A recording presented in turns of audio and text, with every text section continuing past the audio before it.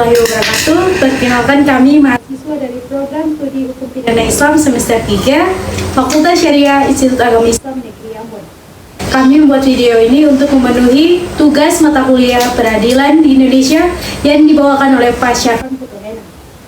Di sini saya Siti Nazira sebagai pewawancara dan kedua rekan saya sebagai narasumber. Narasumber yang pertama bernama Firjawanti dan yang kedua bernama Toha Wangse. Sebelum kita masuk di materi inti yaitu peradilan umum, mungkin narasumber bisa memberikan sedikit gambaran tentang peradilan di Indonesia.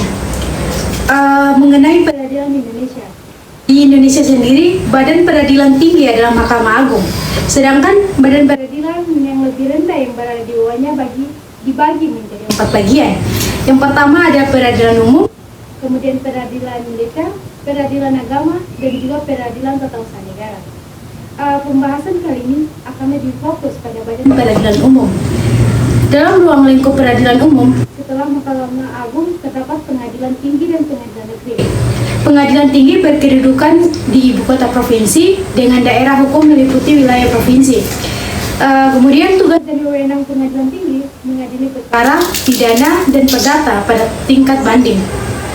Sedangkan pengadilan negeri berkedudukan di kabupaten atau kota dengan daerah hukum meliputi wilayah kabupaten atau kota.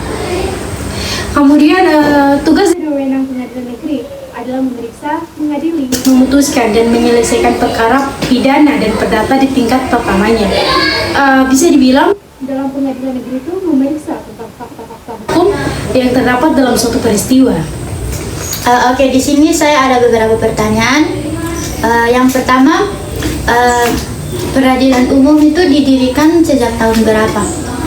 Ya, kalau kita lihat dalam pasal 10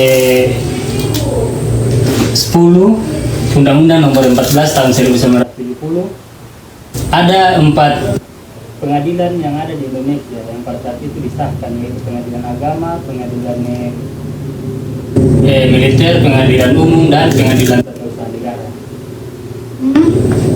Lalu, bagaimana tugas dari peradilan umum? Untuk tugas dari peradilan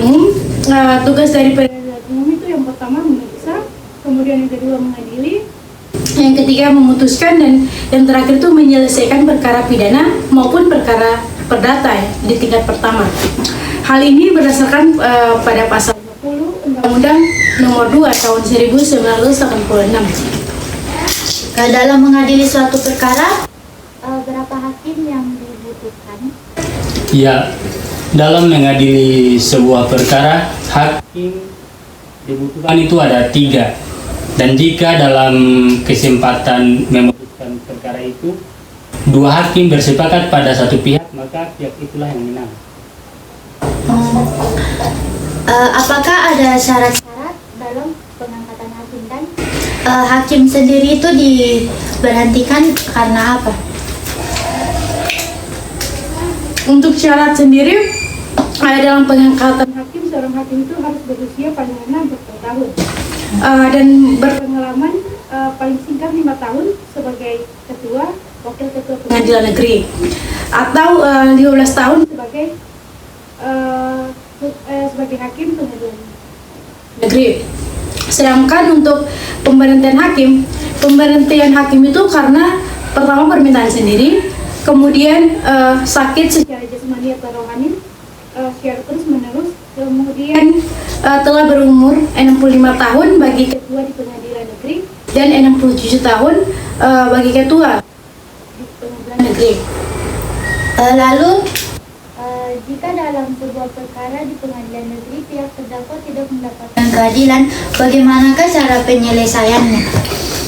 Jika ada perkara di pengadilan negeri yang mungkin merugikan pihak terdakwa dan pihak terdakwa ingin menggugatnya secara langsung, dia bisa menempuh proses yang namanya banding di pengadilan tinggi. Dan apabila di pengadilan tinggi itu pihak terdakwa masih juga tidak mendapatkan keadilan, maka dilanjutkan yang namanya kasasi di Mahkamah Agung.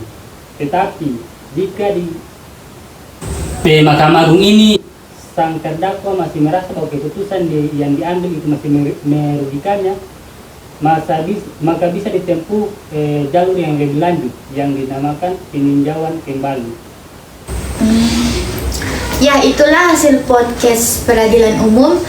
Mungkin narasumber bisa memberikan sedikit kesimpulan sebelum kita menutup podcast ini. Kesimpulan dari pembahasan kali ini adalah pada dasarnya terbentuknya peradilan umum ini untuk mempertahankan hak dan memberikan keadilan pada masyarakat. Namun untuk mendapatkan keadilan yang sepenuhnya sebenarnya itu tidak mungkin, karena pasti ada pihak yang rugi dalam keputusan di pengadilan tersebut. Ya, Terima kasih kepada kedua narasumber yang sudah meluangkan waktunya untuk berkesempatan hadir pada podcast kali ini.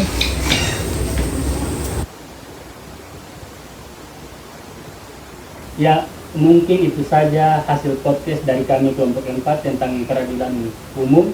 Apabila ada kesalahan kami mohon maaf agar silaturahmi tidak terputus. Pinjam dulu 100. Wabillahi taufiq wal hidayah. Wassalamualaikum warahmatullahi wabarakatuh.